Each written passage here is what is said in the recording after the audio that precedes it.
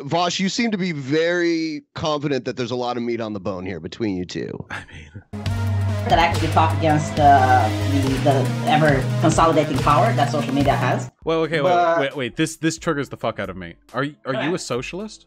No. Wait, why do you want the nationalization of tech corporations? Well, there is a difference between utility and private corporation. Like a utility is the electric company, the water company, Or the internet. Yeah. The electric company can't just say, yeah, we disagree with what Chess Bank is doing, so we're going to cut off their Well, yeah, power. but that's not comparable because Twitter and shit, those aren't utilities. Those are websites. The internet is utility, and I agree that everyone should be able to access the internet. Which is why I would make the argument that these corporations should become utilities as well. You need social media. Like when you want to find the job. Do you think the oh. government should obliterate landlords as a class and seize housing and then redistribute it based on need?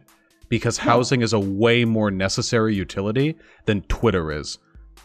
Yeah, but think about it. Like electricity is already a utility. Yes, but Twitter is not like electricity. Electricity is a tool used to facilitate a great number of things. Twitter is a social media platform. I can speak up on this. This triggers the fuck out of me because Republicans and conservatives were 100% against the nationalization or regulation of any industry until some right-leaning people got banned and demonetized on YouTube and Twitter, and now suddenly they're like up in arms about like big tech suppressing their rights. Prager, you made a video on it. Like if we want to talk about corporations banding together to suppress the rights of the individual, why tech companies? We can go through housing. We can go through the fact that we have to pay for water. What the fuck? What the fuck? They sell water, soon enough they'll sell air.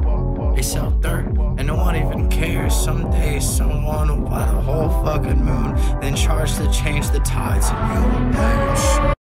We can go to education. There are so many things that we can go to that would massively improve the lives of people. But they go after Twitter and YouTube because they don't like it when the shouty man gets banned for saying that the Holocaust didn't happen. It's so fucking weird. I think houses are more important than electricity, right? Like I would rather, if I were forced to choose between not having a house or not having electricity, I think I could deal with not having electricity versus not having a house. And yet one is a utility and one isn't. Now, if you ask why social media should also be a utility, is that if you want to find a job, most employers, and I know a lot of people who do this, they go and they look at your social media presence. Because you can lie on a resume, but you can't lie on 4 years of Facebook activity. You need a permanent address to apply to most jobs, which is something that we could give everyone if we nationalized housing. Every argument you're going to make for the necessity of nationalizing tech companies, I can make 1,000-fold over for housing. But conservatives only care about the tech companies bit because the shouty man got banned. It's literally it. Like, if you want to talk about nationalizing industries to improve human life, housing is the next one. But they'll never touch that. They focus on the tech companies. It's very weirdly specific. Because you can't really do it. Like, do you think when Romania was under socialism and they did nationalize housing, like you legitimately did not own the house that you were into, you were just paying rent for it? Do you think that there were homeless people? Wait, I don't own the house I'm in. We live in that system now.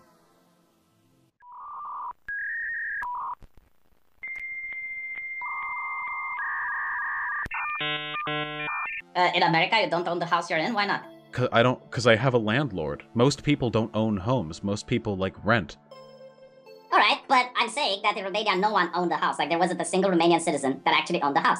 And with all that, you still had homeless people. People were forced to live in matchbox houses, they called them. They were incredibly small. Do you think there might have been other issues that would have prevented Romania from achieving the same standard of nationalized housing excellence that America could with its massive wealth and social infrastructure? I don't know enough about Romania to make, like, conclusive statements on that, but the statement like, oh, Romania tried having state-owned housing and there were still homeless people, so that's why we should ignore housing. Let's go over the tech companies. Like, no. We know for a fact that there are ways that our government could intervene in the current, like, rentiers market to make things more livable for the average American. We don't do that because we generate a lot of money for landlords as things are today, and they have very powerful lobbying groups that maintain this system of oppression. But to take a look at all that and go like, oh yeah, nationalizing housing, it'll never work, whatever.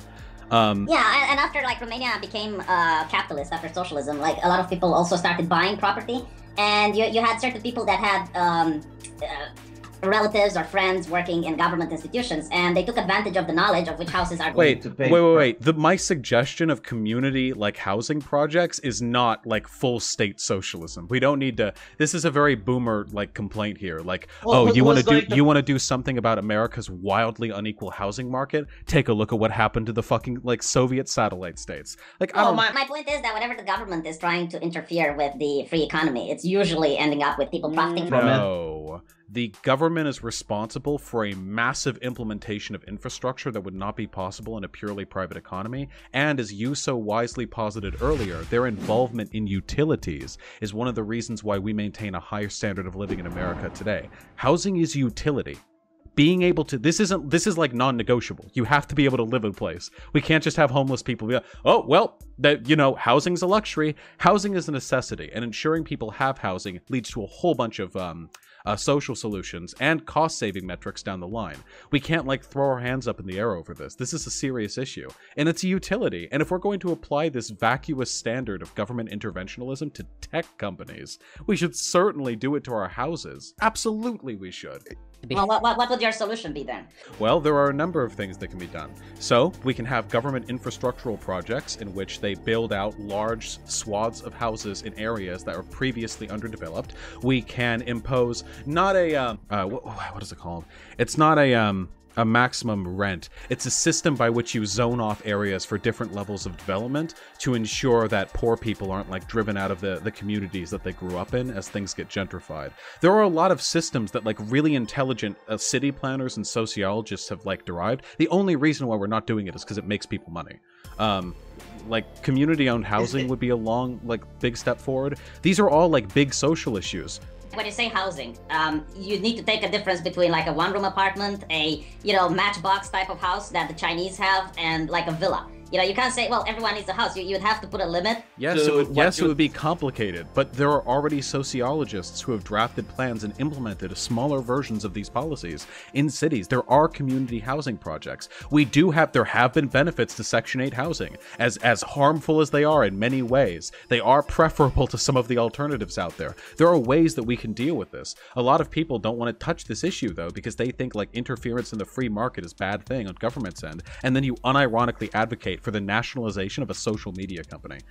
Do you think that's a little bit hypocritical? Well, making something a utility and nationalizations are two different things. It's already a utility. Houses are by, like, they're not a luxury good.